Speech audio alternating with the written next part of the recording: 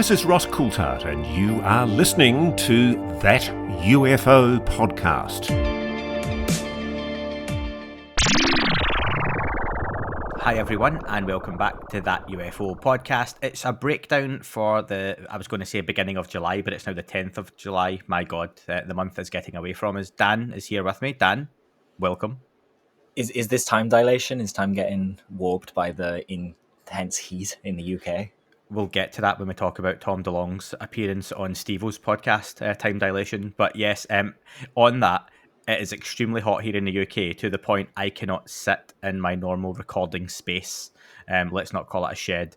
It is like it would be like recording in a sauna that's having the air sucked out of it. So if there's a slight echo on this one, or the sound sounds a little bit different, just for this recording, because we couldn't fit it in anywhere else over the next few days, and we really wanted to do it. We were getting into trouble off of listeners for not having done this yet. I have moved into the kitchen.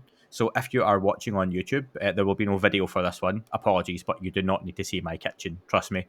It is an absolute mess with kids' stuff everywhere. But we're getting it done, and it'll be back to normal audio quality for the next one anyway. Dan, a lot to get through for this one, because it's actually been almost a month since we recorded a breakdown.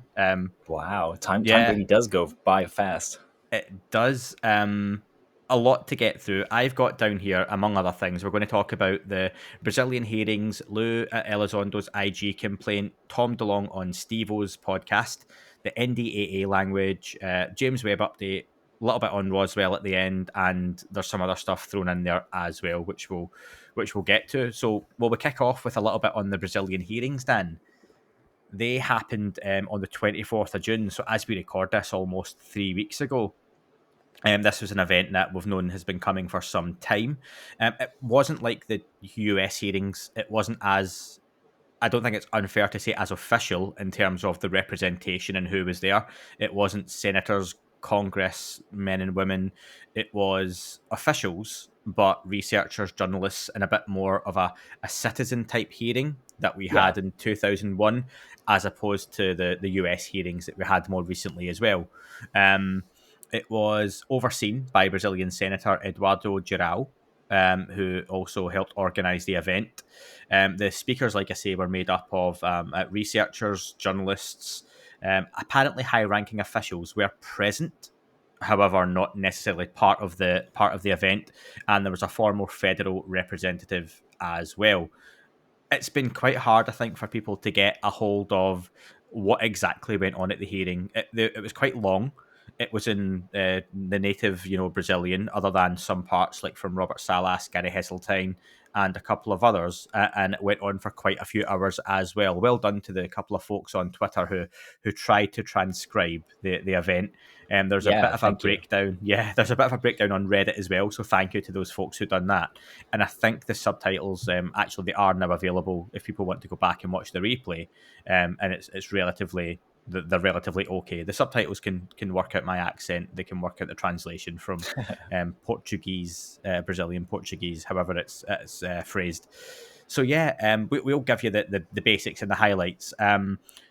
Straight off the bat, Dan, one thing that was a bit of a controversy afterwards was Lou Elizondo was meant to have a representation there in form of a video that was meant to be played at the event. That didn't happen.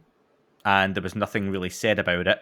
Did you ever hear anything afterwards as to why that was? I did. So Ronnie, excuse me, getting the name wrong. He was talking with you a while back. He spoke with Vinny on Disclosure Team, and he explained that basically he kept putting Lou in touch with the officials, and wires just got crossed, contact just got dropped. And at a certain point, it just became untenable to wait for the video. They would have had to delay the hearings and things like that. And they thought they had a strong enough lineup. So they just, went ahead with the planned date, essentially. It's interesting because about an hour ago, Lou Elizondo told me he did send the video. Ooh. And he did send it to someone that was involved. But for whatever reason, it wasn't played. Which is interesting. So I don't know. Very interesting. Yeah. I'll get back to Ronnie on that because, there might have been something that he didn't say because it was a public thing and he doesn't want anyone to feel blamed, Without going into detail, speaking to Ronnie about it myself about an hour ago again, because I've not said, oh, can I say all this stuff on? It's nothing juicy, but there may have been individuals involved, or indirectly or directly, that maybe didn't want certain people involved in the hearings. And there's a possibility that video was sent, but just not played. So it's a little bit difficult to work out what exactly happened. But take it from what it's worth, Lou did send a video. Did Ronnie say that as well? Or Ronnie, sorry. Ronnie doesn't know that a video was received. We'll just say that much. Okay. But there was a number of people that could have been sent to that. Yeah, so it's a little bit of an odd one, and it's worth addressing because, everyone was expecting, Robert Salas and Lou Elizondo, part of these hearings, a video's being sent, and then there was, apparently all they got was a text from Lou, which would be really odd, that I've received a text message. That's very Chris Mellon on Rogan. I was just thinking of that, yeah. But that, so if we hear any more about that, then I am chasing something up if we can get any more on it, but I mean, it's come and gone now, but a lot of people were asking about it, and I think people skipping through the event were wondering, where's Lou Elizondo's part? And that's what happened. So absolutely. Maybe there's a little bit of conspiracy to this one, as much as we try. I don't know. We just revealed it live on air, right?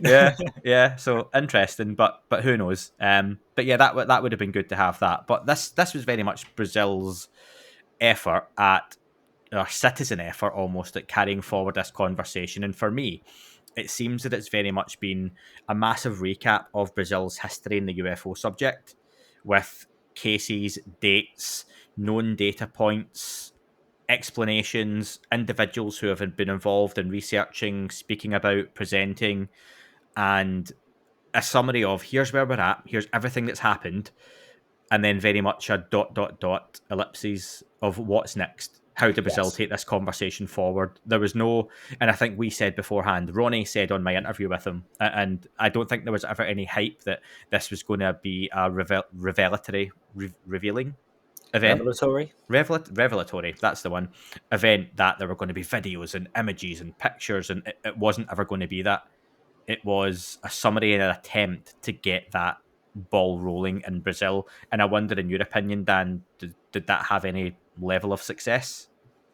I think so. I've heard from a few different places that it kind of made the right people ask questions, that the officials that were present, the Brazilian Air Force officials, were taking notes for the whole time. So it certainly seems that they're interested, and I'd hope that it would lead to something tangible. Ronnie himself said that he feels like it's going to, but it almost felt like he didn't want to jinx it by saying what he knew completely, Yeah, the debrief put up an article written by Micah Hanks where Ronnie had a few quotes in there, and that was something that was mentioned, that conversations will hopefully be happening between senators and armed forces to discuss the issue, and similar legislation like the Gillibrand-Rubio-Gallego amendment may be submitted for approval by Congress. So at the moment, we're taking Ronnie at face value. This is what he's hearing. This is what he's hoping, and can this be moved forward into a more official phase and an approach? There were some cases mentioned, Dan, weren't there, that you've got a little bit of detail on as well, if people do want to go digging into the hearings to hear a bit more. Yeah, absolutely. I noted down a few. There was a few controversial ones as well, because they got into what we describe as the woo cases. Yeah. But it's part of the culture there. It's very different to here. I experienced a little taste of that when I was in Colombia, and people are a lot more open to talking about what we would deem woo as just a fact of life. So it didn't really surprise me to hear those ones talked about. And I'm kind of glad that they're including them, because for better or worse, they need to be addressed and confirmed, or, taken out of the pile. So the first one that stood out was it's called the Night of the UFOs, and the Brazilian government actually have an official website on this, which we'll put in the show links. So you can go in and you can read it, you can see the photos. But there were at least 21 confirmed UFOs detected by military and civilians, up to 1.5 kilometers in size. And one of them was chased by a civilian aircraft that had an Air Force colonel in it, and armed jets were scrambled to pursue, what we would call the phenomena. And they say that it displayed intelligent behavior by avoiding the fighter jets, and kind of, I guess the word would be jamming their radars. The airport did a press conference on it and a report, and they're all available to the public, and they're all on the link in the description. Then we have the Colares incident, which is known as Operation Saucer. This was in 77. And there was an official investigation done on this where basically a lot of civilians were being attacked and injured by various different things, balls of light, craft, things like that. There was a lot of confidential information, including like pictures, videos, that was actually released by the commander who kind of did a whistleblower moment, Colonel Hollander, in 1997, and he killed himself days after revealing it, sadly. So I loved seeing that put here because that gentleman clearly, put his life on the line. Whether you want to go into conspiracies or not, it's very interesting that it's there.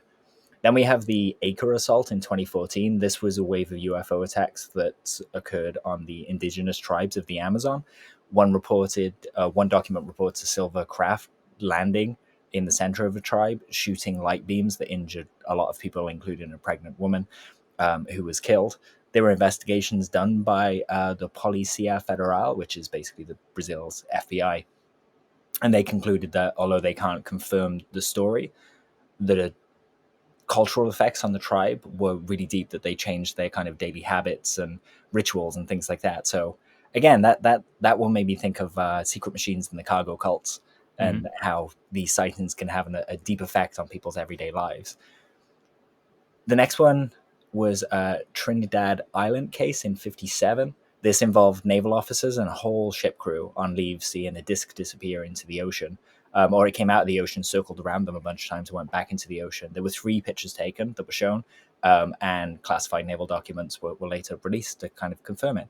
Again, one of these ones where clearly it happened. There were a lot of officials that saw it, but where do they go from here? They almost need help from NASA and their special space satellites and things like that to look at that area and see what was there. Let me ask you, what next then? From all of this data and these presentations and the people involved, what do you see happening? Are we going to get those official hearings, or is it a case that we may have to wait on other countries doing similar to build that momentum for folks to get involved?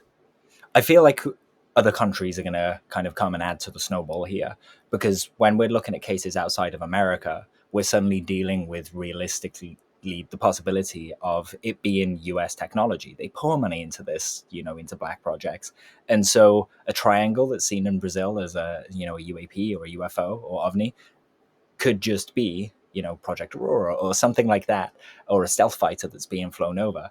So there's certainly that aspect where this is kind of begging to connect with the US efforts, that they have been instructed to involve allies and partners, but how deeply they're respecting that wish and actually carrying that out is anyone's guess. Yeah, and Grant Cameron, when I spoke to him last week, and thank you to everyone for the feedback on the Grant Cameron interview, or Grant Cameron speaking with me now and again, getting to ask him something. It was he's a font of knowledge, and the information just kind of comes out, doesn't it? But it was excellent. I love speaking to Grant. He mentions that he's trying to arrange something similar in Canada as well. So again, that would be interesting to see who would be involved and what would be discussed. And again, it's just adding to that pile and weight behind the effort. So fingers crossed, we get a little bit more coming from that, and we hear if Brazil are going to pursue this in a more formal fashion as well, which will be interesting. And well done to Ronnie Vernay for keeping people up to date over the last few months on this. And he's definitely a Twitter account you should be following. Next up, we're talking about US efforts, and someone who was unveiled as the UAP Task Force Chief Scientist was none other than Dr. Travis Taylor himself of Skinwalker Ranch fame, and of course other shows, documentaries, and a bit controversial for many, because he's very much seen as a TV star, I think, to many, because of the Skinwalker Ranch role. It was very timely because literally I had just interviewed Travis days before George Knapp announced this, and Travis, basically had his revealing to the world that he was in this role. I spoke to George and Colm Kelleher about this. That interview is about to drop on the free feeds in the next couple of days in 2 parts. And I asked them, do you think it's fair? Some people's reaction is a little bit tentative on this one, because Travis is a very charismatic individual. And you see that, I think, on the show, Dan, don't you? That he's, he's really good at explaining stuff and dumbing down. But to be fair, and this is no slight on him, he's very good at playing to the camera as well on what is still essentially a TV show about a scientific experiment that's going on. So, what were your thoughts on when Travis got confirmed or announced as the chief scientist? I was stoked, to be honest, because you just spoken to him, and a lot of the answers that he gave suddenly became a lot more interesting if he was involved in the official effort, like talking about caffeine and ADHD medication and the effect that has on the phenomenon. I was suddenly thinking, well, they're looking at that in the UAPTF, the UAP task force. Also watching Skinwalker Ranch now, it's taken on a different feel when he's on screen because, he does play up to the cameras. He's been a staple of some other shows on history where, he's clearly been invited back because he's good at it. He's good at kind of providing that glue in the team. But there's no denying that Travis is very qualified. He's a very smart individual. He has a whole bunch of degrees, and just because he writes science fiction, it's not fair to just accuse him of having these bias and beliefs, or to say, because we all have those things, but to say that he would let them affect his work. Travis, even in the DoD statement, they said that he was part of the task force. So there were other experts and things that he would consult there. So, we don't want someone that consults experts when they need to. Like that seems like the smart idea to me. It's literally just that bias piece that people keep hanging on to. And I said the other day, and everyone had a bit of fun with it, where we put a mug on a table without thinking about it, and that's a bias right there. That's a belief that we have that the table's going to hold the mug, and maybe someday it'll do something different, but it's still one that's just innate to us, and it's sometimes good to be aware of those biases. Yeah, I think with Travis Taylor, if you take away the name and you take away the resume that says Skinwalker Ranch on there, or any of those documentaries, and you just list his academic qualifications, his papers, his research, and his list of peers, and you said to someone, how does that look for the resume of someone involved with the UAP task force, you would say, yeah, that's absolutely what you'd be expecting.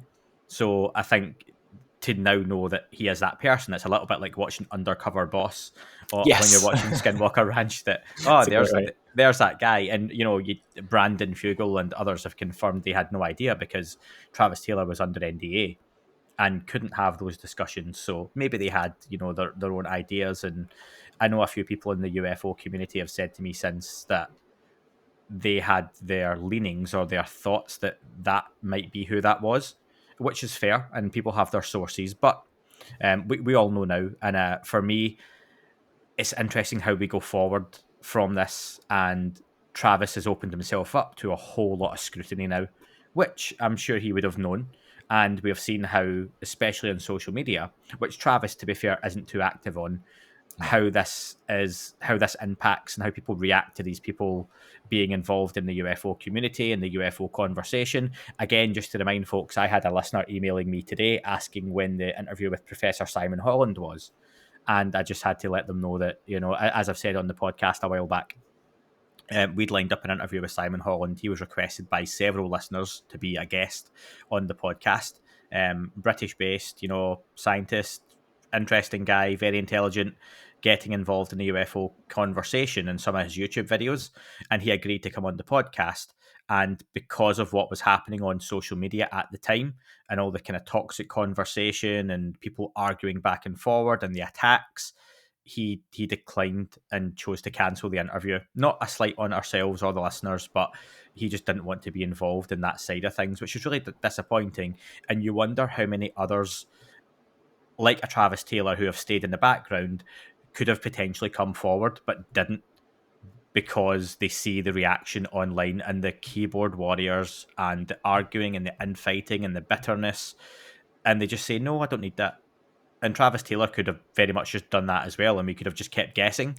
But I think it's one of those things, you don't know what you've got until you don't have it anymore. Yeah. And again, people can go on about sock puppet accounts and others leaving UFO Twitter, but it would be great to see some people really involved again. And we just don't have that necessarily at the moment, because of kind of what's gone on in the last year online. So again, I would just say to folks that when you've got someone like a Travis Taylor who potentially is going to become more accessible, let's embrace it a little bit more and be, constructive with the questions and try and get them involved and encourage folks like this to come forward, because it's the only way we're going to be able to progress those conversations and get folks like a Jay Stratton on Twitter and Instagram, or doing Reddit AMAs and things like that, which years ago were never in the conversation, but now you can literally have a back and forward conversation with your favorite football star or movie star, or we've got the opportunity to discuss these things with real, like, I would love to have Eric Davis on Twitter, answering people's questions and having back and forwards. And for all we know, he is on Twitter, but we just don't know it's him. Do you get what I mean, Dan? Yeah, that Yeah. we're potentially missing out on a big part of the conversation here. And it's a very real example of people propagating the stigma. Where over the past couple of years since the New York Times article, that stigma has kind of been pushed away, and it's not gone completely, but pushing people away like this just keeps that in place. It came up when Eric Weinstein was talking to Mick West on Theories of Everything the other day, which was a great conversation, in terms of knowing what the other side is thinking. And they were talking about the idea of debunking and kind of people almost being the UFO police, saying you can't have this conversation. And all it does is it stops people coming forward. It stops people telling us about their stories and their experiences, even if they're telling you a story that they didn't really understand what they were seeing or something like that. They're just not going to tell us.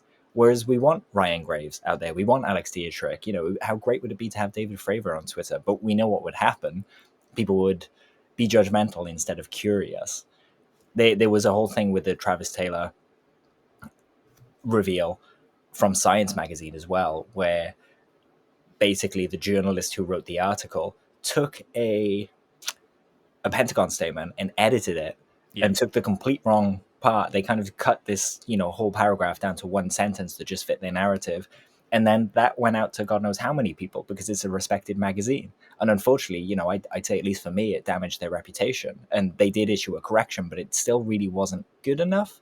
And that is a journalist that we've seen repeatedly, I'll kind of say the word journalist in bunny ears there, repeatedly just come out against people.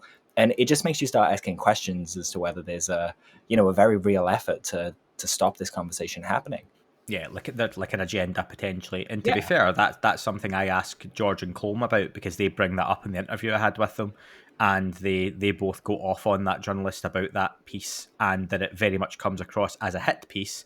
And they were both, Colm especially, mentioning how respected that science journal is, and that it's in libraries around the world, and a lot of very respected people read it, and that the vetting done on that article it's very strange and curious that it managed to get published with the tone and the errors that it actually had within it. And like you say, you can issue a correction, but once it's out there in print, it's out there. Yeah, so you can't take those ones back from a library, right, and suddenly update them. So there are going to be people out there, even today, even though that's been corrected and proven to be a fallacy, there are going to be people reading that incorrect edited statement. And for a journalist, that word journalist, to have edited a Department of Defense statement, it's a very, or possibly a very real example of an easily provable piece of the conspiracy. You don't necessarily need guys in dark rooms planning this stuff out when you have journalists like that with an agenda. Yeah. And so I think it's fair to say, from yourself and myself, Dan, no complaints on Travis Taylor being as involved as he is with the task force of reporting and the efforts going forward, shall we say. Yeah, not at all. I was watching the recent Skinwalker Ranch where Travis is there shooting laser beams up at what he thinks might be an invisible thing in the sky. And I was just filled with glee, thinking I'm watching the guy who was heading up the science of the UAP task force doing live experiments trying to figure out this phenomena. That's stupidly cool. It's very cool. And speaking of complaints, Dan, I set that one up for myself, so thanks. We're going to talk about Lou Elizondo's IG complaint. This is one that is kind of running in the background. It's one that you've followed a lot more closely than myself. What is happening with this at the moment? And just to summarize, what are the kind of main points on Lou's complaint? Sure. So we have two things, basically. We have the DoD Inspector General investigation of the Department of Defense's handling of the UAP issue over the years. That's ongoing. That was announced. But on that day, we don't have the results for that, but they always do public reports via their website. So at some point, we will see that go up. No idea when it's going to finish, but it's been going a while, so I can't imagine that it's going to take much longer. Then in a separate kind of document, the day that was announced, Lou Elizondo submitted a formal complaint to the DOD-IG, and that apparently has led to, an investigation against how they have handled Lou. Nothing like that has been announced, but I don't know if they would announce something so personal. We didn't necessarily hear about the Gary Reed investigation before that came to a head. So it might be in that area. But in a nutshell, we have 3 people named in the complaint. We have Gary Reed, who we already know has been removed from his post. We have Susan Goff, who still is in her post as the spokesperson for the DOD. She got promotion in the time between when this was filed and we heard about it. And then we have Neil Tipton as well, who was Lou's supervisor. And all 3 of those supposedly contributed to several things. So the report contains, firstly, a chronological listing of the events that Lou's involvement in ATIP. That's really interesting to read. And I was messaging you as I was reading that part because it really in detail explains away the confusion between ORSAP and ATIP and what happened there with Lou. You could argue that Lou was the head of ORSAP for maybe like 10 minutes, if that. I think I explained it to you like I worked for Apple Retail and people would see that as Apple, but it's not part of Apple Inc. So it's a different thing. I can't say that I work for Apple Inc. That kind of thing happened. As soon as Lou took control of that project, all the people got let go from ORSAP and it was shuttered and they focused on ATIP and the military cases. So it's safe to say that Lou, not only was he aware of the stranger aspects of things, but he also realized how difficult they are to talk about and to fund. So he focused in on the thing that he could prove, and that was all the military sightings with multi-sensor systems and things like that. Then we have a detailed listed of the events and actions to substantiate the complaint, all of which Lou says resulted in great personal and professional challenges. So these are the things where we've seen, just these character assassination pieces appear in the media and things like that based on statements that were given by the Pentagon that, whether you agree with them or not, they changed their statements from Lou did work with ATIP to he didn't work to ATIP, from it did look at UFOs to it didn't look at UFOs. And this flip-flopping just damages someone's reputation. And Lou has always maintained that there's paperwork that shows the truth of this stuff and that the truth is on his side. The third thing is that it points out the evidence that substantiates the claim that there might be a deeper conspiracy within the OSD staff to circumvent DoD policy, rules, regulations, and perhaps even law. And that word perhaps is used. So again, kind of pointing out the conspiracy that for whatever reason, they're trying to stop this conversation happening. Like I say, the complaint may have led to an investigation, but we're not hearing that at the moment. But the important thing is there's a page right at the end of the document after all this stuff, and I implore people to go read it. It's about 60 pages long. You read it in an hour or so. But there's a little part where Lou had to sign with his name and the date to say this is the truth and the whole truth. So, and he signed it. And this is an offense punishable by law because he's submitting this as an official document. I think people need to realize the weight of that as well. One thing I'd like to highlight is that if there's anyone out there listening who has access to something called JWIX, which is kind of a shared drive in secure space, take a look for something called the Y project. It's letter Y and then just project. According to the complaint, that is where the ATIP files were. So you'd see things like the UFO videos that are alluded to and things like that. I know you can't tell us whether you see this stuff or not, but just go look for yourself if you can. Now, there's not much more to be said about it because it's an active complaint and we're now just waiting on the resolution of said complaint. But one thing that is in the background and more people are starting to discuss online is that Lou has his book, which we're still not sure if it's going to be this year or next year. We know the book itself goes through a vetting process, much like Skinwalkers at the Pentagon does. That can take weeks, months, or it could take years. There's no real time scale with it because they could send it back and say, change this, etc. How do you think Lou's book ties in with the complaint in the background? Do you think that Lou is going to be vindicated with what he puts in the book?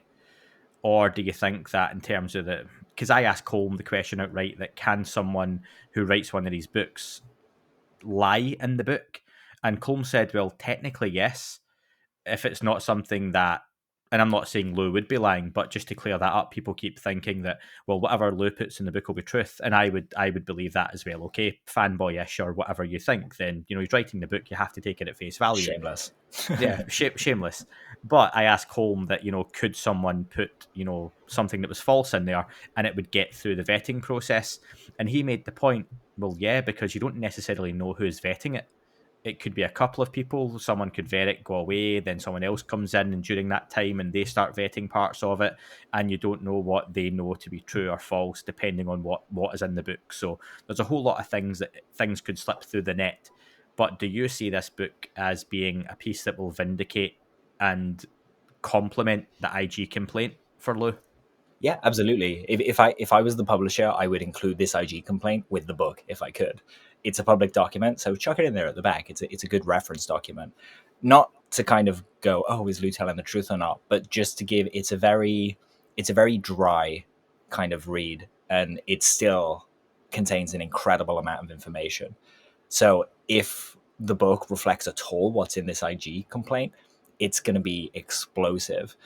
And Lou has alluded to on several interviews, there's a very specific reason he's writing the book as well. So I keep thinking about all these situations where, he's going to put someone's name in to get them to react or something like that.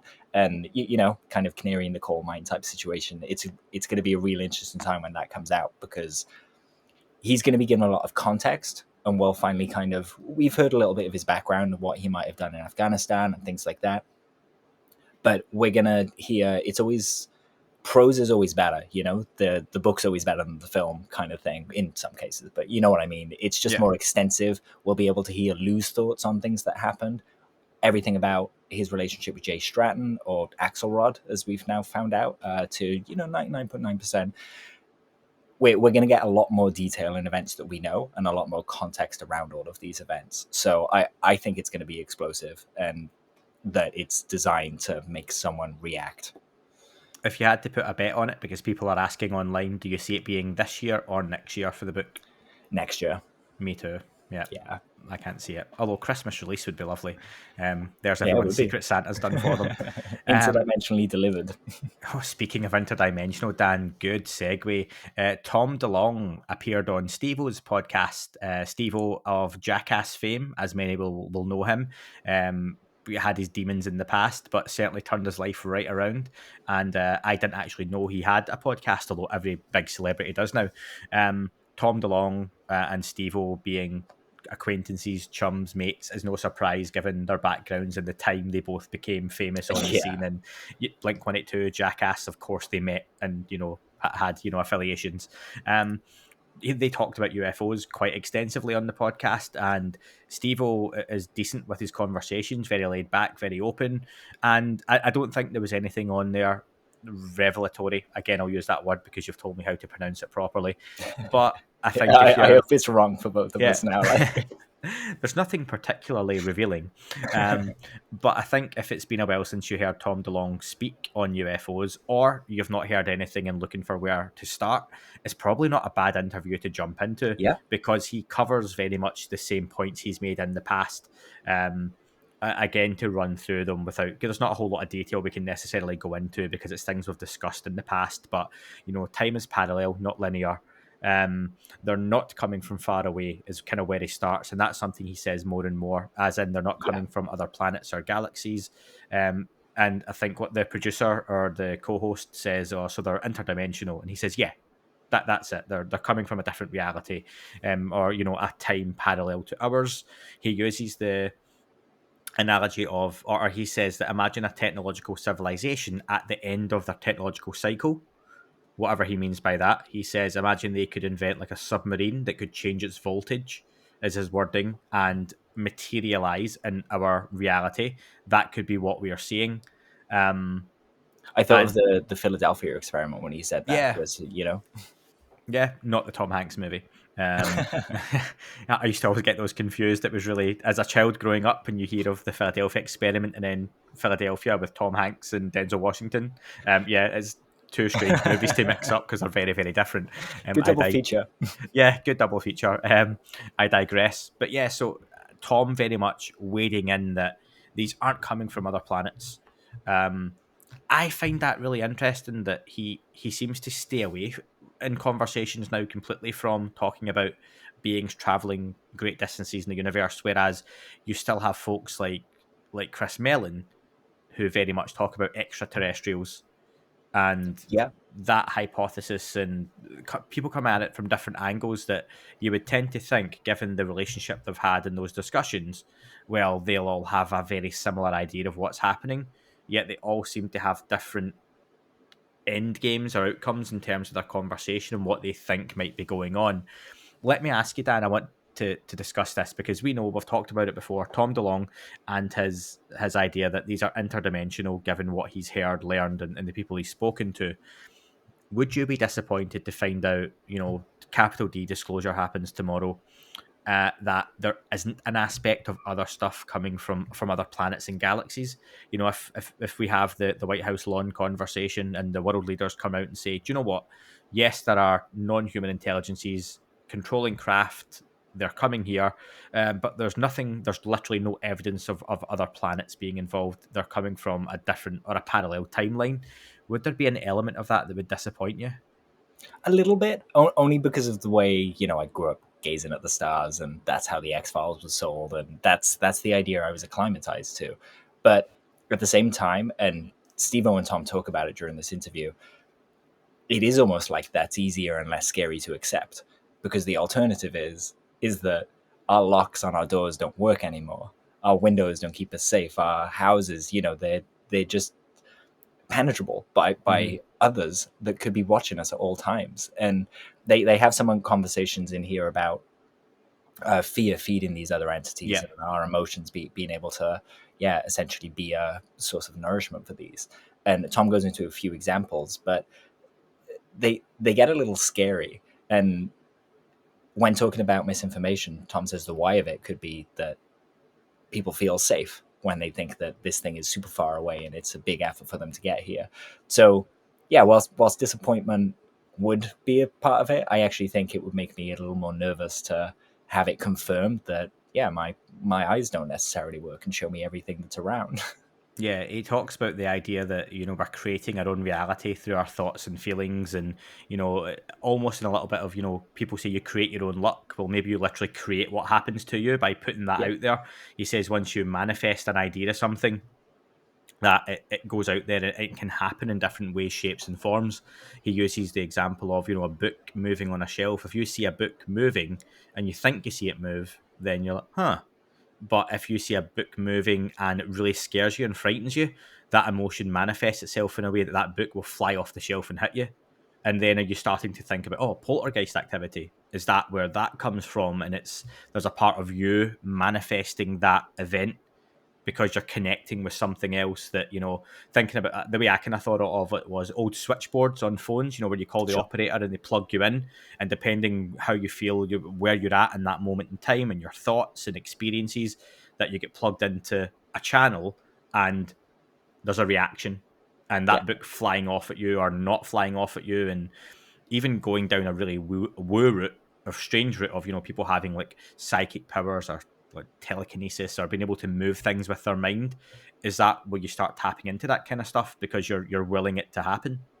Well, it comes up, or it's come up with CE5. Some people think that the lights in the sky that people do in CE5 actually come from kind of raw, I guess, psychic powers. But the way that we speak about them is interesting. We don't have the language to talk about these things. When you were saying then about, you could plug into a different switchboard and suddenly, the reality where you wanted to be a rock star is what you're in. People talk about timeline jumping and things like that, and the language makes it just sound crazy. But the way that Tom's just explained it is a bit more, it's a bit more sciencey and palatable. Yeah, absolutely. It's the way that you communicate in the idea. If I say to you, I can jump timelines, that sounds nuts because it's been in sci-fi and everything like that. Whereas if it's more of, you create your own luck, that sounds better. It sounds like I can do work to affect that, as opposed to it just being this sci-fi magic. On that, he mentions that, Monsters in California has been made, and we've talked about we're both looking forward to that coming out. I'm really interested to see how Tom DeLonge puts these themes all together in one movie. That we know we're going to get that TDL humor and that kind of little bit of slapstick immaturity at times. We've seen that from the trailer as well.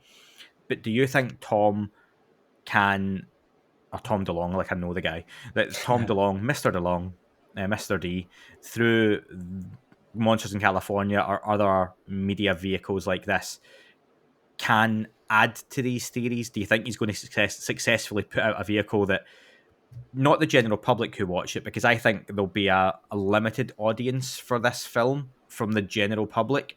I think it's going to be people like me, you, the people listening to this or watching this who are going to pick it up, and also Angels and Airwaves, Blink-182 fans and stuff like that. And hello to all the Boxcar Racer fans out there. Is it those folks? But are we going to see something in this and go, "Oh, that's interesting. Now he's not said that before"? Or is it going to be a presentation of all this stuff he's talked about, and away we go, "Oh, yeah, he said that"? Yeah, I think it's the second one more than anything. I don't think it's going to have anything crazy new in it. But then again, I'm always meeting people in the community who, they haven't had the time to sit down and read the Secret Machines books, for example. Yeah. So that's meant to be truth mixed with fiction. So there's a lot of ideas in there that, whilst, we might talk about them in really general terms, it kind of goes in depth with, the archaeology aspect of things and the I Ching and the way that the universe reflects the effort that you put into it, and you can make it react, So yeah, I don't think it's gonna necessarily set the UFO community on fire, but it just might. It's an easier way to get everybody up to speed and on the same page, I think. An hour and a half movie is a lot easier than asking someone to read a book for 20 hours, but one might lead to the other, right? And then the Secret Machines series is being developed currently by Legendary Pictures, who did things like Interstellar and things like that. So they're used to super lofty ideas that usually permeate sci-fi. And again, a hat tip to Marvel as well, because they seem to be inadvertently spreading a lot of the ideas that are present in kind of the UFO subject in the woo areas. Like Dreamwalkers, there's literally an Angels and Airwaves album called Dreamwalker that's all about that, and a short film that goes along with it.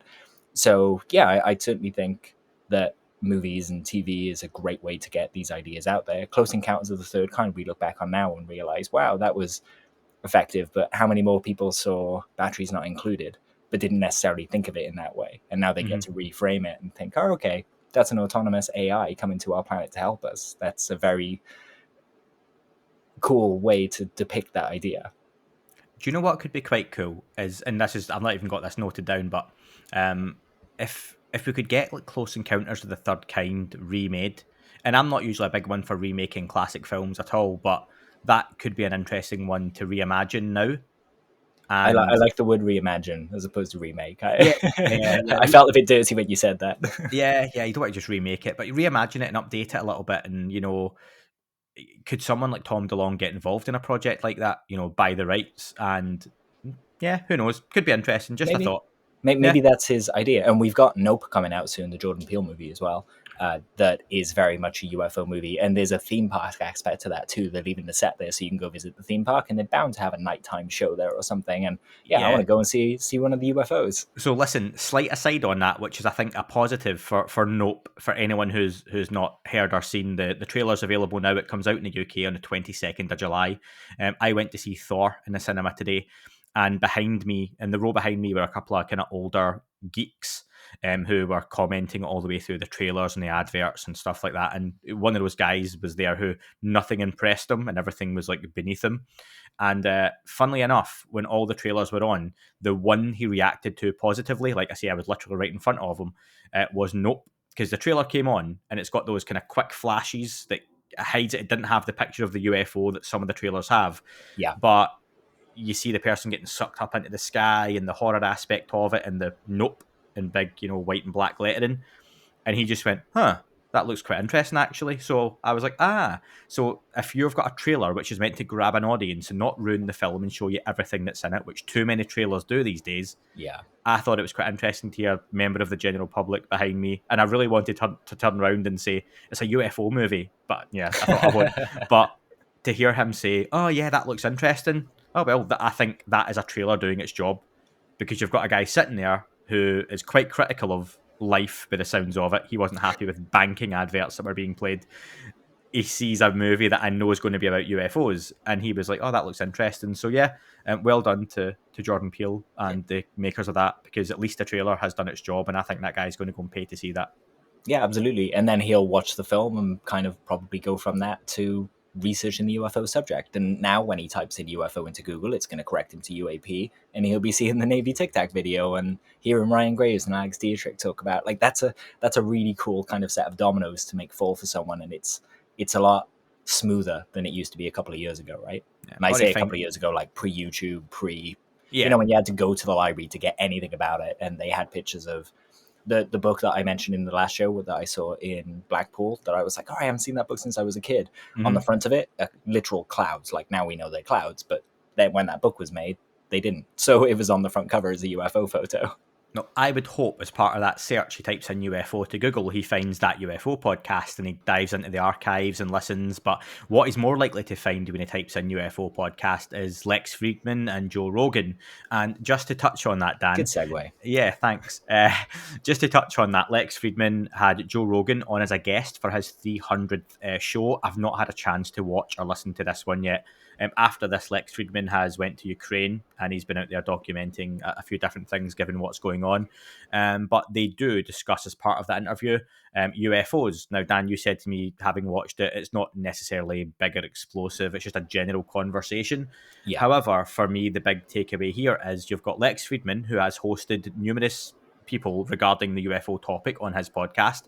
We know Joe Rogan has done the same. They get audiences of millions on listening to each of those shows or watching those shows, and they've come together and still found time to discuss the UFO topic, which I think is great that that's happening. And again, that just gets more eyes and ears on the subject and the conversation, particularly that 18 to 35 40 demo that is really important, especially in terms of voting and politics and getting representatives, whatever country you're in, talking about the conversation and aware of the conversation and influencing folks to get back into the UFO topic, which more and more people get in touch with me and say, I've just got back into the topic, or I've not been bothered about this topic since I was a kid, but I heard Rogan, I heard Lex Friedman, I heard XYZ. So that's really interesting that they're still doing that, because every time they have that conversation, like Bono clicking his fingers, a fairy gets their wings, someone gets into the UFO topic. So for me, that's the big positive takeaway from that as well. Yeah, I'd agree. Joe Rogan expressed that he had, he was starting to question what he'd been told about stuff. But the point is, he's thinking about a mystery, right? Like, no one has answers to this. It's a genuine question. So if people are asking questions, good, come on in. Let's get this sorted. Yep, especially some of the people that we want to see on Joe Rogan, that that's a huge audience. Not that I think he'll be the best interview for some of those people, but I think there are people that I'd love to hear Lex Friedman interview, but also Joe Rogan will have a different interview with them, and so on and so forth. So yeah, very interesting that they're having that conversation and keeping that going. Dan, next one for you. Do you want to talk about James Webb or the NDAA language? We're getting near the end of this now. I feel like we always save James Webb for last, like a relaxing discussion. So let's do the NDAA. That's quite a lofty one. Cool. So again, Dan, this is one that you follow along with D. Dean Johnson, who has been posting quite a lot on the subject in a lot of detail, keeping people up to date. Really good at getting the scoops, I think, on these bills and when there's an update, when there's a language change, when there's a possible update. And I know that's something you follow quite closely, and you've spoken also with D. Dean himself. Yeah, he's fantastic. Just, if he's listening, I'm not sure if he is, but thank you so much. He's always great to take time to, even if he's having a busy day, to just email me back and explain the answer to the stupid question that I've asked, because I just don't know the terms in the legislation. But yeah, he does updates and things like that, so he's worth following. But in a nutshell, it's basically, people can remember last year when the NDAA was started, and there were a whole host of amendments as we went through different people like Senator Gillibrand and Marco Rubio, and they all had different things that they wanted to cover with the UAP language. It started in a certain way, and the language was very different by the time it got to the actual NDAA vote. We thought it was going to be discussed on the House floor. It wasn't. It actually went through smoothly. So I'm kind of hoping for the same this year. But at the moment, we've got a few different trains on a few different tracks. And we've got the IAA 2023, which will be, processed. That one was announced by Senator Mark Warner and is from the Senate Intelligence Committee. That one talks about essentially a new acronym. So instead of UAP or UFO, it's Unidentified Aerospace Undersea Phenomena, which is just an easy way of explaining transmedium, because people might not know what that word means. Of course, it's leaving out a certain domain, because it's not just aerospace, undersea. There are all these other mediums that are kind of left out there. Can I just make a point on that? And I've seen a few people online discussing this, and Chris Sharp was involved in the conversation at one point. I think you were, and a few others. At the end of the day, and some people don't necessarily like this, and maybe I'm going back on things I've said in the past, I don't know. But this is called That UFO Podcast and not That UAP Podcast, because 99% of the population know them as UFOs. And whether people like that or not, that's not going to change. UAP might become more involved or known in the conversation, but WWF is still the term people use for wrestling, no matter what the wrestling is that's on the TV or being discussed. Even when the WWF lost a court battle to the World Wildlife Fund to change their name to WWE, people now, 20 years later, still say, oh, WWF or the WWF as wrestling, even though it changed a long time ago. That for me is the way the UFO language is. And I saw some people saying about that new acronym and new term, call them UAP, USOs, everything else under the sun. We have to just accept that UFO shouldn't be a dirty word or language people are scared to use, because it helps a little bit reduce some of the stigma to get into the conversation when you say UAP. But at the end of the day, I think you still have to, it's UFOs.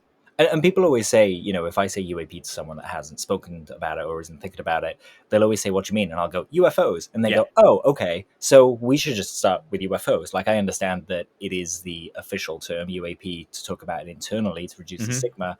But like you say, we all know what we're talking about. So let's just say it, And given what's come out and what we're discussing now, and the events and the last couple of years and the progress, I think people should kind of reclaim that a little bit and be happy to say, yeah, UFOs. Because now absolutely. you can, UFOs, and they might eye roll. But yes, but have you heard? And you can talk about any number of things that have happened since. And that's the substance, isn't it? It's whether there's no point in arguing and saying, oh, well, they're not flying, they're vectoring, or they're using gravity bubbles. We don't know. We want to figure out the mystery. And people understand that thing in the sky. We say the term, there's a there often. What we're talking about is a UFO. Yeah.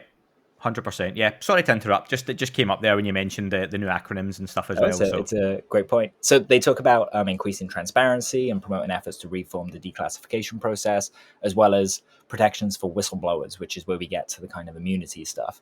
Then in another amendment that came along a different time, a bit later, they proposed basically move it out of the DoD and into the wider net so that it could actually be held accountable and was a joint program between all of the different departments. That would effectively have a reboot on the task force, which a lot of people would support because, they're not very happy essentially with those hearings and what the job that the AOI MSG are doing. So we can already see in that legislation, it's reflecting the frustration with those hearings. So even if you didn't like those hearings, it was functional because now we've actually got language to address some of the tomfoolery that went on. Then we've got and there was a proposed name change as well in there. So we should be getting, hopefully, a new office with a new name.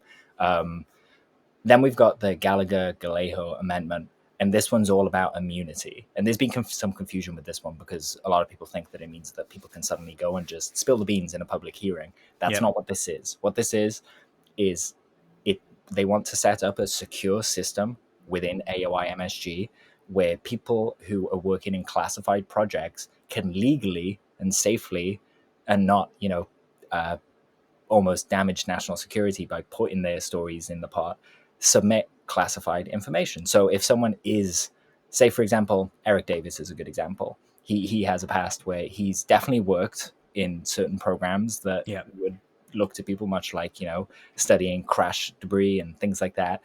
He would be able to go to this system, submit his reports securely for congressmen to read, who could read them securely, and then suddenly they're not just talking about stories anymore. They can actually talk to somebody who previously to it passing, which I would expect to be around Christmas like it was last time, just wouldn't be able to talk to them at all. And this language covers contractors as well. So we'd be looking at the BAS employees and things like that. And of course, pilots who might, say, fly a black project and encounter something other while they're doing it. We know that in the 40s, when they were doing this nuclear testing, the UFO supposedly, a lot of people think they showed it first then, but it goes way back. But it seems like they like being around the cutting edge of what we're doing. Mm-hmm. So who knows, someone flying a stealth project kind of at the edge of space could have encountered some of these things. They're like the early adopters of the civilizations that are out there. Yeah, they're like, some new tech. Yeah, I'll get involved in that. Absolutely. And yeah, when those people come down, or those beings come down, they think that we all are just shaped like planes instead of people, because that was the first thing they saw. That's what we do. But it just gives them immunity. Now, there's some interesting stuff coming up with that, because it's on the House floor for debate on the 12th, and then they get to choose it on the 14th. That's of July. So if you're in the US, call your representatives. And if you're anywhere else in the world, tweet them. Go on Facebook and let them know that you want this legislation to go in. Just to repeat it, it's called HR 7900, and you want them to include the Gallagher-Gallego Amendment. I'll include a link with the show description to basically... Katie Howland wrote a script for people calling in America that was aimed at Republicans and Democrats, because obviously they care about different things. I was just about to ask you to give that a mention there for Katie's call to arms on Monday the 11th of July. Yes, that's right. It moved from the Tuesday. Yeah, it's Monday that's now, right. Isn't it? Yep. Yeah, so I'll include a link to my tweet that kind of has those things there and tells you exactly what you need to do to get involved. And you can also update the spreadsheet for Katie so we can have a good idea of how many people got involved as well. Point is just to let them know that you want this addressed. That's it. They're your representatives. They don't know what you want unless you talk to them about it. If you're into this mystery, get in touch and let them know.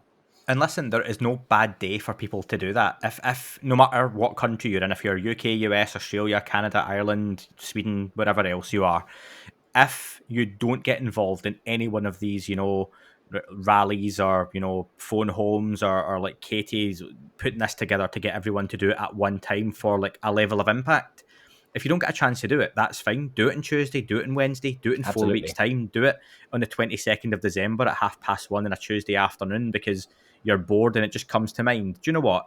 I think I'm going to write a letter or an email or a tweet. There's no bad time to do it. Just get involved. It helps the conversation. And you never know that on Monday, maybe 1,000 people email, tweet, get in touch with representatives, and it has a level of impact. But you don't know that on that random day you get in touch with your elected representative, that letter or email arriving on their desk or their computer doesn't have the impact that everything else didn't. So that could sway. It could just be that time that they're picking up, correspondence, and that's interesting, and it snowballs from there. You almost want to get them to a point where they're eye-rolling, like, another UAP email. Because at that point, they've noted how many people are interested in this. And it's getting to so I can't remember who pointed it out, but if you look at the original release of like the Tic Tac video and stuff like that, that has millions of views. Millions of views are millions of votes. So this is going to become a really interesting issue now. We're talking about national defense. And I know there are other things going on in the world, but there are senators talking about this. There are representatives talking about this. So it's not going away. We like to say the ketchup's out of the bottle. It's, I'm covered. Yeah, keep smacking the bottom of that bottle, folks. There you go. If you like that in the Scottish accent, enjoy. There are just 4 things outstanding this year. So September, we're looking at a second classified quarterly report. That's based on the IAA that was passed. We're also looking at a classified semi-annual briefing based on the NDAA, so a lot of committees will get updates from the AOI MSG then. Then 31st of October, which is Halloween, we get our second report. That'll be a public report. There'll no doubt be arguments about the length of it and what it contains and so on and so forth, but Halloween is the date that the public are going to get something. And then in December, there'll be the third classified quarterly report. So there are a lot of moments where senators and representatives can go, hold on, this isn't working right. Let's create a law to change this and try and shake things up a bit. Yeah, and unfortunately, those classified reports or even the classified briefing that happened at the end of the hearings, we've never really had anything leak from or come out of, so we can't really expect anything on those dates to happen or come out or even kind of trickle down. So, well, the best we can hope for is when that 31st of October hits and we get the public briefing, our public report, that there's something in there to chew over. So yeah, don't get our hopes Absolutely. up on any of those classified dates revealing anything as such. They're not for us as it We says in do the have title. people like Tim Burchett who will talk about. He made a statement yesterday saying that the things he's seen has blown his mind. So that's the most we've heard about those classified briefings. But that for me is enough to go, well, why can't we loosen up the declassification process and release a few of these videos so everyone, including scientists who can actually tackle this, have a better idea of what we're dealing with? Absolutely. James Webb update, 12th of July, you've mentioned before, Dan, is the big date for us to get the first images, proper images from the James Webb telescope. The test image that I retweet last week that came out online was incredible. It showed us, some stars looked phenomenal. It showed us just points of light everywhere that are just galaxies and galaxies and Yeah. galaxies and galaxies. And for a test image, I think they've said again this piece of equipment is performing well beyond any expectations already. So it's hard not to get a little bit carried away with what we might see on the 12th of July in terms of a real image, isn't it? Well, the images we've seen so far, like you say, they've been test images from different instruments. The one that was released this week was from the Fine Guidance Sensor, and that is not even a piece of equipment that is meant to be taking pictures. It's literally meant to just point the telescope at the target that they actually want to image. So to see that kind of result from something that's not meant to be a scientific instrument is just incredible. That's also in infrared, so it has like this orange hue to it, and there are these diffraction spikes that are literally there because of the way the mirrors are shaped.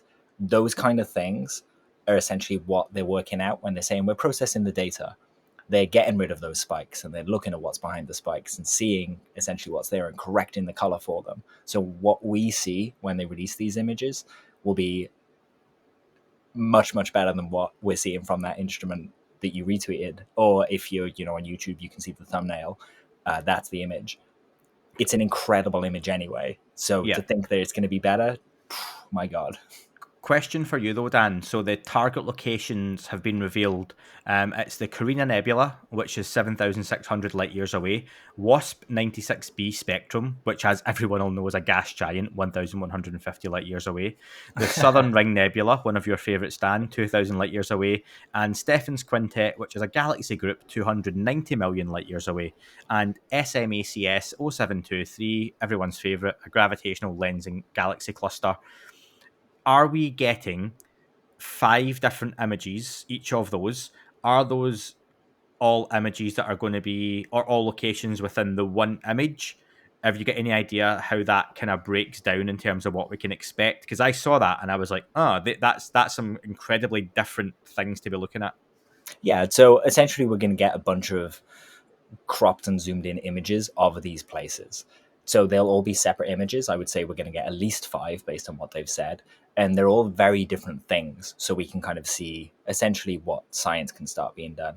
The SMACS, SMACS, that one's interesting because they're using gravitational lenses to see objects that are further than it, which it's essentially like a magnifying glass. It's kind of like a magic trick they use to see a lot further back into the universe. And the further we see out, the further back in time we're kind of looking. So we can start seeing those, primordial stars and black holes that maybe were there at the beginning of the universe and understanding a bit of where we came from. The real interesting one is WASP 96b, which is a spectrum of a planet. Now, a lot of people are kind of like, oh, it's a gas giant, so there's not going to be life. I need to be very clear.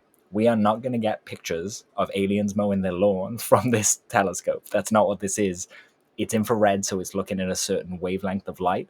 What we might see in this spectrum, it's like an atmospheric fingerprint. So depending on what chemicals are present in the atmosphere, because different levels of different chemicals will block out certain parts of the spectrum, they can see whether there are perhaps maybe biological processes taking place or in an incredible turn of events, if there are industrial processes taking place. With our planet, we pollute the air. So if you were using the James Webb telescope to look at us, you'd be able to see, hold on a second, there seems to be something producing chemicals that shouldn't be there. And as you know, we're comparing it to Earth as well. So we're looking for life as we know it. And as we know, life as we know it is broadening every day because we keep finding life in places that we thought it couldn't be. So it's going to be real interesting to get a first look at an exoplanet's spectral readout and to start really thinking about the science that goes behind that. We're looking further back in time and into the universe than ever before. And it's incredible. It brings to mind, Lou used the word somber to describe something else, but this is going to be a real somber moment for me. We're looking into the abyss and it tends to look back. I've seen a few people mention online, and I know some of you familiar to the podcast will have heard us say this before, but this isn't a piece of equipment that is going to find pictures of UFOs. I've seen someone mention that, what if we saw lots of, little objects dotted about? That I think it'd be fair to say, Dan, the only way we would get, some sort of UFO in any of these pictures would be if there was something that had sat stationary that was probably planet-sized, like a Death Star, and hadn't moved for a long, long time. It may show up as something on the picture, but we're not going to be seeing flying saucers coming across the screen here because it's not how this equipment works, and it's not what it's looking for. It's very much like you say, finding chemical makeup, changes in light and things like that. And what we're going to get is just a picture of the universe that just hopefully, in a way, that what I hope to get from this and other people is that, again, it just reminds folks how big, which is probably the wrong word to even use because Infinite. it's not even big, it's infinite. And then what is infinite? How can something not have an end? But how huge the universe is and what we should and could be exploring. And again, as a little slap down to people like Neil deGrasse Tyson, who has had a wonderful rebuttal from, is it Stephen Colbert? It is, yeah. It's wonderful. Yeah, that was fantastic. If you can make a note, Dan, for me to put the link for that in, he gets his ass handed to him by Stephen Colbert. And I've never seen him silent before, Yeah, he does his laugh, his celebrity laugh, doesn't he, when he doesn't know what to say, but he can't, it's the equivalent of, when you see an award ceremony and you don't win and they do the clap, like, oh yeah, the smiling clap, like Joey does in Friends. It's that, but for an astrophysicist or physicist who doesn't know what to say because someone's made a point that's perfectly correct and they don't like it, and he just kind of politely laughs it off.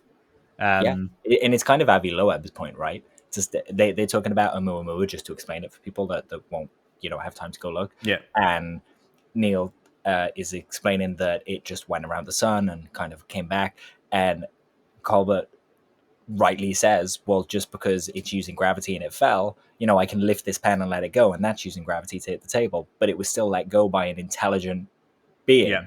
So we need to keep that possibility on the table. And he's absolutely right. And until you scratch it off, you can't say that it's not that. And there were a lot of peculiar things about Oumuamua. We did other shows about them, and you spoke to Abby, so I won't go into it. But yeah, it was a really good bit of science communication from Colbert against who is perhaps one of the best science communicators on the planet with a closed mind. Absolutely. And to finish up, Dan, this kind of bumper breakdown, we've covered a lot of bases, and these will be back to being more regular, folks. Apologies for the radio silence the last few weeks. Life gets in the way sometimes. It was the Roswell 75th anniversary just passed on the 8th of July. Lots of retweets of the famous newspaper front page and discussion. Dan, just to ask you, because we have to certainly talk about it, it's one of those first cases, if not the first case you hear about as a kid, getting into the UFO subject. What is the place that Roswell has in modern day ufology or the UFO topic? Where does it sit for you now? It's almost become this. We talk about the Kenneth Arnold sighting over Mount Rainier as the start of modern ufology, but I think that honor belongs to Roswell now. It's almost a household name of UFO landings and crashes and things like that. Everybody knows what it was, and everybody knows that there was a bit of message changing.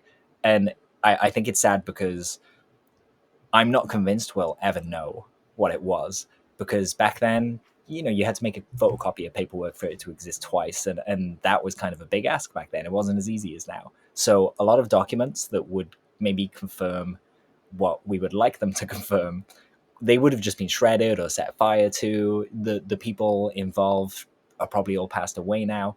And every time they do a television show to kind of go, oh yeah, we're celebrating the 75th anniversary of Roswell.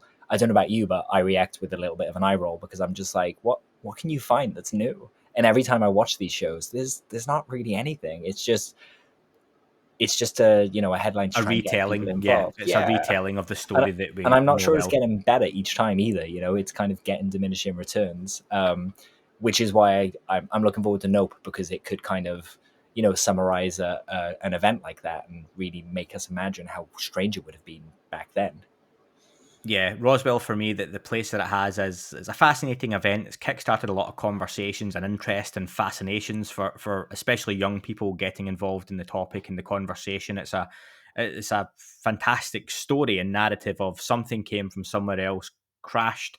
There were bodies retrieved. They weren't human. We've got this incredible technology, and there was a big cover up, and it goes from there. And like you say, Dan, and I've said before on the podcast that so many people involved, if not all of them, are now deceased. We now have the grandchildren of the people involved who are deceased. And like you say, it's like so many of these events that are part of the lore and myth and history of the subject, which are fantastic and should be preserved and kept. But how many books can you release on, and I won't name, I'm thinking of one particular event, how many books can you release on an event that happened so long ago, and new witnesses are still cutting. I You reckon probably I know what could one. guess that Yeah, event. new Begins with a witnesses are P? still. Yeah, yeah. Ends in Ula. New witnesses are still coming forward, and you're like, what, 50 years after the event? Really? Okay. And at that point, there is a case of, memory, and you're not talking about a pilot who saw something or even a civilian who saw something a couple of years ago. You're talking about people who in their 20s are now in their 70s and 80s, and, they've lived a life. And I have memories as a kid and from even last year, a couple of years ago, that are slightly altered just because of time. And that's kind of what happens with these. And yeah, like yourself, I don't have any great incline to go and watch any Roswell documentaries now that are being made. I don't think there's anything new to glean from them. And when people talk about, that even the congressional hearings, oh, let's bring up Roswell, none of the people involved in the cover up are alive anymore. And like you say, that the shredding that would have happened back then would have been someone writing something down. And I imagine halfway through, the door gets open, some army general walks in, takes the paper out the hand, rips it up there and then bins it. Yeah. That's it. That was the If they even shredding. wrote stuff down, Yeah, right? Like, that's there it. was chalkboards that you could just wipe clean. You could have conversations where you don't even write stuff down. Yeah. It's not like now where you could have these spy gadgets that are just around, you know? Yeah, it's too far gone for anything new to be credible unless you literally had an official government document pulled from some vault somewhere that said Roswell and had a load of information on it. That's the only real way you could take something away as being, oh, there's a document from 40 or 50 years ago, or there's a video testimony that was filmed in the 60s from someone involved, like a Jesse Marcel or someone like that. So, And let's be honest as well, if that did happen and they found a document like that, the community would still tear it apart and say it was fake, right? Absolutely, yeah. Which is all going to happen. So for me, it's a very romantic story, and it was one that very much it's worth mentioning the anniversary. I was going to release a short episode on the day of, it's the 75th anniversary of Roswell, but I thought, I'm speaking to Dan in a few days anyway for the breakdown. What have I got to add other than a story everyone knows? Again, it's like remaking the movie The Titanic. What else can you put in there that actually happened? Well, probably nothing. The old lady doesn't actually exist on that boat and everything Probably else. the only thing they could do to make the Titanic interesting in a remake now would be to have it not sink, which kind of defeats the whole point, right? Yes, and on that, we are sinking at the end of this podcast, Dan. Because that. But what we'll do is very quickly, I just want to read a few listeners' thoughts, Dan, on Roswell and sort of what it means to them. So just bear with me, Dan, while I quickly find this, and it saves you any editing. Well, let me just jump in, and I'll just Oh. I've got 2 points here. So Australia, the DoD has been discussing UAP internally, and they prepared a 8-page brief paper for the incoming chief of the Air Force, Grant Levac, bless him, on Twitter. Give him a follow. He got this through FOIA, and again, very much they're following the US lead, but it shows actual official interest. And in Australia, we have things like the Min Min lights, and there's a lot of indigenous tribe stories that involve beings that are not from here. So that's real interesting that they're starting to get the ball moving as well. And then in Japan, we have the UFO laboratory. They did their first yearly kind of summary press conference, and they presented 452 reports, 125 images, and 24 videos that were confirmed in the lab analysis to be genuine unknowns. They couldn't figure them out. And they actually spoke about plasma a lot at their press conference and identified areas with maybe quartz in the ground that were very kind of Hessdalen.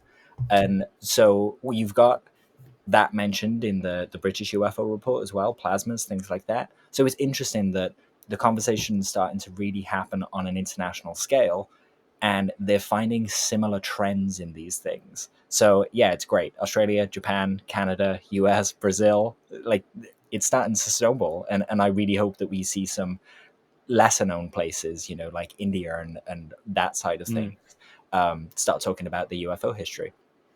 So a few listener points then to finish off. UAP Focus said it's the origin point of a mystery which has befuddled so many through obfuscation, misinformation, and inadequate data, meaning that we are only just a little further down the road when we should be in the next time zone by now at least.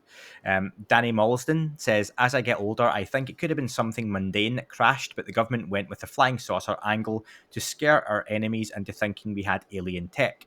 High level chess. I want it to be something special, and maybe it was, but I'm not tied to it. Brett Clark said, I should watch 6 Days in Roswell again. If you haven't seen it, it's a gem, and it's from the creator of Trekkies. Trey Commas says this was a decision made to conceal for an entire generation. I hope it was the right call as we discover the stories on past heroes of American secrecy. Adonis says, to me, it's a great example of how something quite large can come out of something very small, i.e. crashed military balloon leads to tourism, industry, arguments, beliefs, mythology. Mike says simply Roswell is ufology. And Sea Skimmer says, seems to me someone told the truth 75 years ago, then someone else covered it up. Ooh, I like that. That would be a good movie tagline. It would. Someone told the truth 75 years ago, and then someone covered it up. Tom DeLonge's remake of Close Encounters. On that note, folks, we'll leave you. Thank you very much for listening. This week coming up, you can rent Phenomenology episode 2. If you head to the Vimeo link, we'll pop in the description for the podcast. Can I read one review out that we got just because I was over the moon with this? So I'm going to do it anyway. Yeah, I thought Gaz Superfly on Twitter said, first episode has me hooked, so well produced and put together with incredible visuals. I can't wait to watch the rest of the documentary and see what you all discovered. The Signal and Disclosure team have brought credibility back to ufology in an amazing way. What an incredible review. Thank you. And yeah, I think that says it all, really. And they never paid for that review. In the coming days, you're going to hear George Knapp and Colm Kelleher review the year so far in part 1 and part 2. Those will be released over a couple of days, folks, not too far apart. Really interesting, fun conversation. The full thing's available early access and ad-free on Patreon, Apple, YouTube, and any other kind of premium platform. So thank you if you subscribe to any of those. Then I've recorded with John Alexander that was rescheduled. That one will be available next week, early access, to be released the following week. This week, I've got Robin Hanson on the podcast. That'll be out the week after that. It's going to be awesome.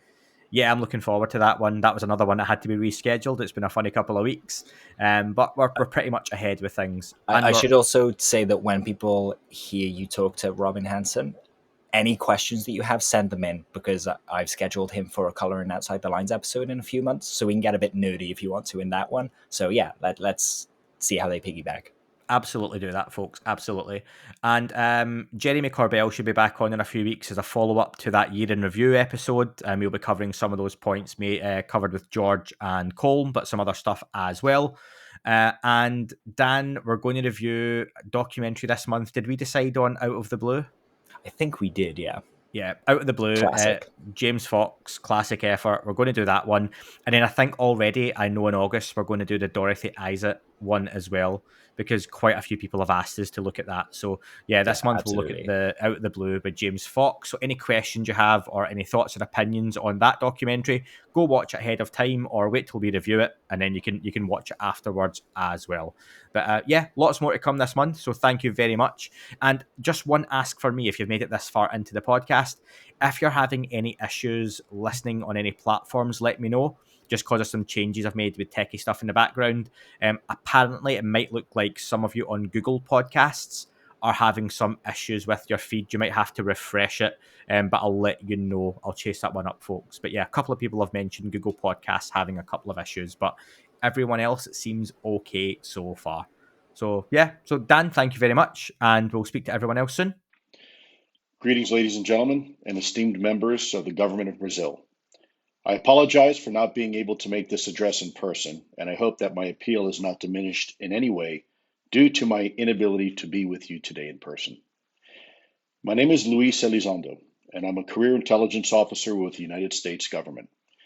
From 2008 to 2017, I had the privilege to participate in a small but significant program within the Pentagon, focusing on the collection of UFO data. In 2010, I was asked to lead the overall effort, which later became a small footnote to my country's history involving the dedicated study of this phenomenon. It was during this time that it became very evident to all of us involved in the project that our military was encountering a technology that far exceeded our own capabilities. Furthermore, it was abundantly clear that this technology had the ability to gain access to our controlled airspace and once more perform in ways that was unimaginable and yet verifiable by some of our most sophisticated weapon platforms and data collection techniques. On a regular and routine basis, our military equities were coming face to face with these technologies, perplexing our military eyewitnesses and stymieing our best efforts to understand the unique performance characteristics. Furthermore, of critical concern was the apparent interest this phenomenon has with our nuclear technologies, including power generation, weapon systems, and propulsion. Recently, elected officials in my country have decided the evidence was too overwhelming to ignore and called upon our defense and intelligence communities to participate in a public hearing, of which I suspect many more will follow. The result of the hearing was simple and yet astonishing. 1. UFOs are real. 2. UFOs most likely represent a real technology. And 3. UFOs are considered a national interest for the United States. Further reinforcing this new priority is a requirement for our defense and intelligence communities to work with partner nations and allies. Although I applaud this new renewed interest in a historically forbidden area of study, it is with great concern that I worry about any single country having monopoly on the study of what is now considered beyond next generation technology, and by default, controlling the narrative on this topic. This is precisely the mindset that has relegated this legitimate study of this topic to fringe and pseudoscience for the last 70 years. Ladies and gentlemen, today I speak to you not as a former intelligence officer, not as a representative of the US government, and not as a UFO expert. Today, I appeal to you as an ordinary citizen of the world, as your brother, your father, your son, pleading you take this topic seriously and to do what is necessary, not just for your constituents, but for every person on the planet. Today, you have a rare opportunity that comes only once in a lifetime. Today, I ask you seriously consider the establishment of a Brazilian government-sponsored UFO program that includes scientists and academics. The time has come to remove conspiracy theory and replace it with quantum theory. Remove stigma and replace it with academia. Remove secrecy and replace it with transparency. I ask that Brazil help lead the world in a new millennium of enlightenment and knowledge. I dream that one day Brazil may sit amongst friends, perhaps at the United Nations or perhaps even in San Marino, and help usher in a new era of understanding. Before I close, I'd like to share a little personal thought, if I may, with you. You are in a very rare opportunity right now as leaders for Brazil. Times and opportunities like this do not happen very often. In fact, in a one person's lifetime, they may not happen at all. But as a species, these paradigm moments for us occur, and in fact are a natural part of our species evolution. One may infer the very first time that man came out of the cave and looked into the heavens and realized that the shadows that were being portrayed on the side of the cave wall were no longer real. That wasn't mankind's reality. And crawling out of the cave for the first time and witnessing the heavens, maybe that was the first fundamental paradigm change for our species. Perhaps the second time was when mankind struck two stones together and created a spark. And that spark then led to fire. And that fire illuminated the darkness for which man was scared at one time. And now man could now roam freely in the night, illuminating the darkness. And perhaps the last time mankind came to some sort of paradigm moment like this for our species was when two people were standing on a sandy beach, and one person looks to the other and says, "I'm going to sail over that horizon." And of course, the other person said, "No, you don't want to do that because you'll fall off the earth. And in fact, there are sea monsters out there. There's giant kraken, and they will destroy your ship." And of course, now we look back and we kind of laugh at that. But in reality, it turns out there are sea monsters. It's just that those sea monsters now have names. They're called great white sharks. They're called blue whales. They're called great squid of the Pacific. And they're not really sea monsters, are they? They're part of our natural world. They're part of nature. They're part of our current paradigm. And so perhaps with this topic, this is yet just another paradigm moment. Perhaps we as a species are standing yet on another sandy beach, and we're looking at the horizon one more time, and we're about to sail over that horizon together. I would submit to you that change is a very necessary and very healthy part of our species evolution. And I believe we may be at the precipice yet again of another paradigm moment for our species. In closing, I'd like to thank you for allowing me to speak with you today, and thank you truly and humbly for your attention to this most important matter. Again, please forgive me for not being here in person, but I am here with you in spirit, and I sincerely hope that you can do what's necessary to help propel this topic forward. Please make no mistake, you are on the right side of history with this conversation. Thank you, and God bless. That is all for this week's show. Thank you very much for listening. Please remember to leave the podcast a review on your chosen platform. You can like, retweet and subscribe. That would all be very much appreciated. The shows are being uploaded onto YouTube as we speak more and more. You can sign up at patreon.com/thatUFO podcast to access the shows ad-free as well. Please get in touch on Twitter, Facebook, Instagram, That UFO Podcast. Of course, on Twitter, it's at UFO UAPAM. And again, folks, as always, keep looking up. You never know what you might see. It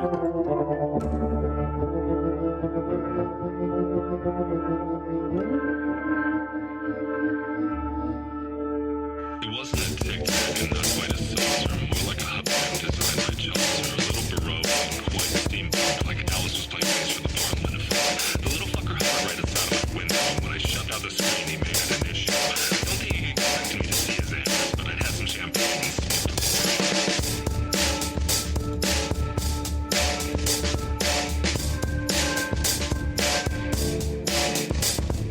Meditative game stayed full on meta. You can't imagine how it could have been any better. I got to the top of the stairs and there he was. Like, you awake? I was about to abduct you, cuz.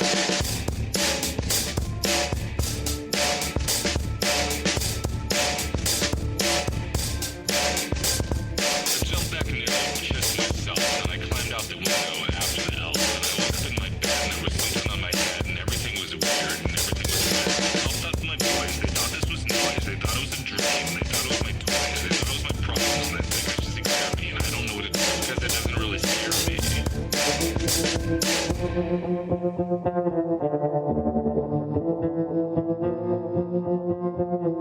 If you really want to know who I think I be, I think it's you and me and us and me and him and her and that and she and that thing over there and what's that, Jake?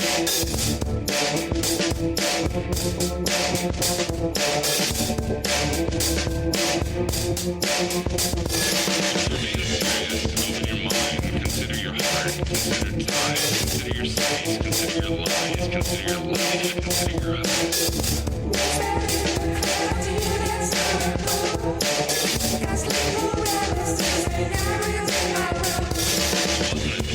and not quite a saucer. What's that in the clarity that's unable? Gaslit paralysis and goblins in my room. It wasn't a tic-tac and not quite a saucer.